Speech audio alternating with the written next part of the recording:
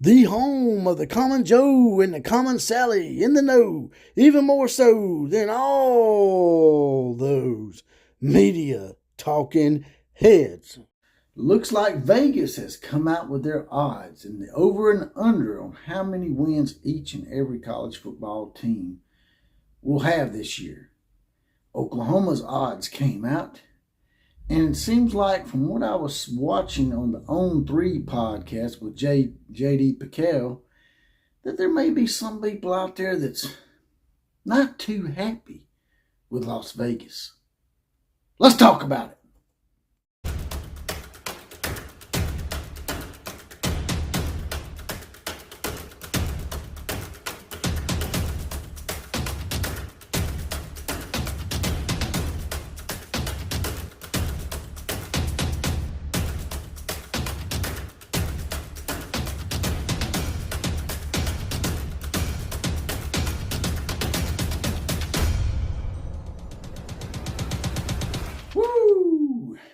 Another grand day in the outlaw neighborhood. Here they come right on in once again. That's right, the outlaw posse, which is now up to the Elite Eight, as I said in the last podcast.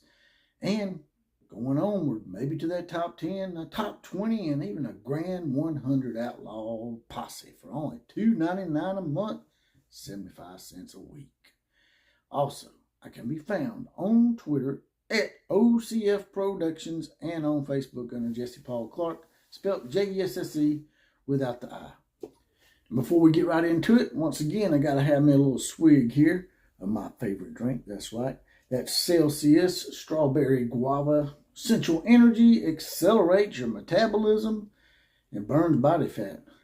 Hell yeah, I need that for real. Now, getting right to it here, it seems like Las Vegas has came out with the odds on how many games are going to be won next year by each and every team. And On 3 done a podcast about it, and I was watching it with J.D. Piquel, and it was just like they were asking him which way he leaned. The Oklahoma people out there that watch his podcast, and he said he didn't really quite want to be cornered yet, that he really hadn't made his mind up yet. But if he had to lean a certain way, from what he's seen and how Oklahoma's recruited the last 2 years, that he would lean to Oklahoma actually covering the 9.5 games, which means that they would win 10 games or more. He said he told his wife that, and she like to lost her freaking noodle. Surprise, surprise, she's a Baylor fan. He said he also went to church that Sunday after they made the podcast about him thinking that Oklahoma will indeed cover that 9.5. And people were questioning, J.D. Piquel, what are you thinking, man? What are you thinking saying that Oklahoma might cover it? He said, well, that's not my prediction yet. That's just the way I'm leaning. Well, look, J.D., brother, you're either with them or against them. There's no leaning. I mean, you can say leaning, but we all know what leaning means. Leaning actually means that's what you think. So let's not ride the fence, man. Just tell them. Tell them. Say, hey, look, the Sooners are going to win 10 games next year. Because I really think you probably are right. I think that Oklahoma will do the over on the 9.5. They'll probably win 10, maybe even 11 games next year. But the people that are questioning him are questioning because they said, well, Oklahoma went 6-7 last year. Yeah. How often does that happen? That Oklahoma goes 6-7. What's the history? Once again, I say this all the time to the college football fans out there. You got to put your haterade down that you're drinking for whatever team that you're hating on, and give a unbiased opinion on what you really think. If you want people to respect your opinion as being a unbiased opinion. Now, if you don't care that we know you're biased and that you hate Oklahoma, then that's fine, because they're one of the blue bloods and they're going to be hated, and people are going to root against them and want to see them fail. But for a team that went 6-7 last year to be continued to be hated on and talked about, obviously means that people are worried about Oklahoma returning to what Oklahoma is normally, which is a 10-win program each and every season.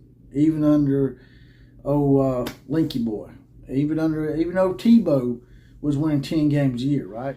And then a lot of the people that I think want to see Oklahoma fail, they'll point to Dillon Gabriel as the reason why they think, well, he didn't really impress me that much, blah, blah, blah, blah. First of all, he was out for about 2 or 3 games last year. Second of all, without Dillon Gabriel, it would have been a lot worse. In my opinion, you would have had one of those John Blake type years. You would probably win about 4-8, 3-9, something like that, without Dillon Gabriel.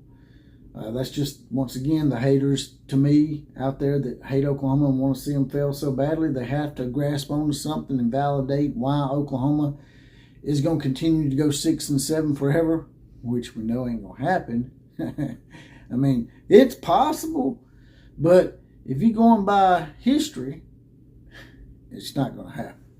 Oklahoma will be back. They will win 9, 10, 11 games a year because that's what Oklahoma does, and that's what blue blood programs do. They slip a time or two, they have lulls, and then they come back. And then they try to point out, well, the defense was really bad last year, and Brent Venables supposed to be a defensive guru. Well, no shit. But when you come in and the players that you got are used to yoga classes and eating cups of yogurt on a Sunday morning at the TCBY as a part of their workout regimen, then of course you're going to have some growing pains and people that probably just rolling over on you because they're used to being slackers.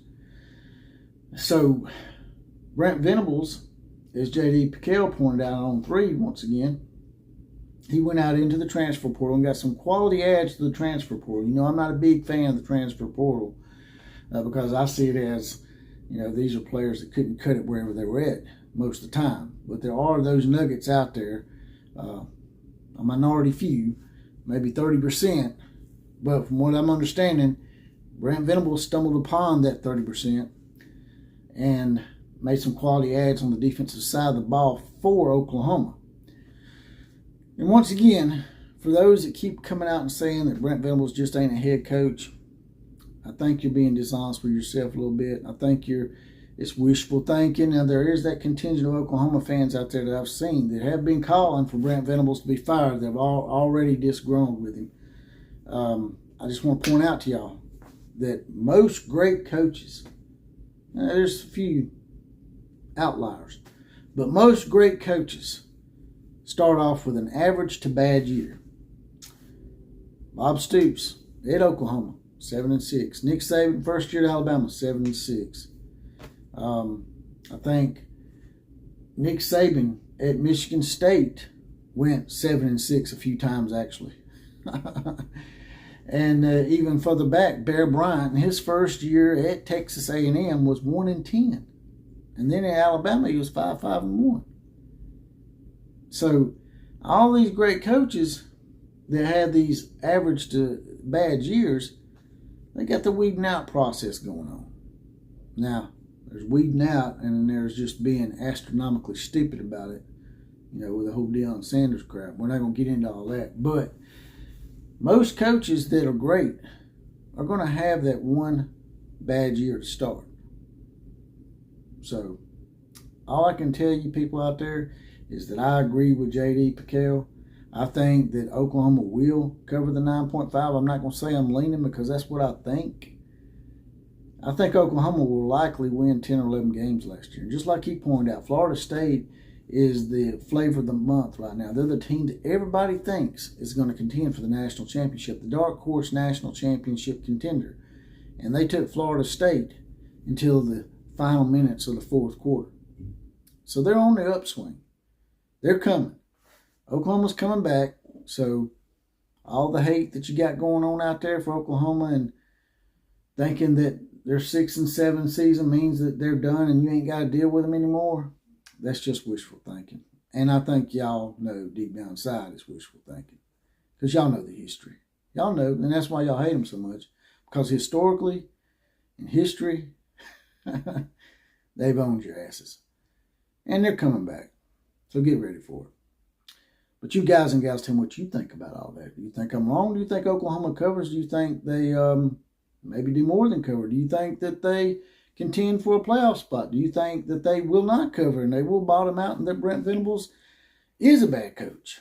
drop in the comment section. And before we get out of here, once again, there's a little heart down here. If you don't mind, you can hit that and the heart thanks button, throw a few dollars in the coffers. Also, like I said earlier, we have the Outlaw Posse now. It's $2.99 a month, 75 cents a week. You can join that. Hit the join button next to the subscribe button. Also, like, share, comment, and subscribe to this channel. That's the big four. They are very important to keep that algorithm going, keep me up and motivated.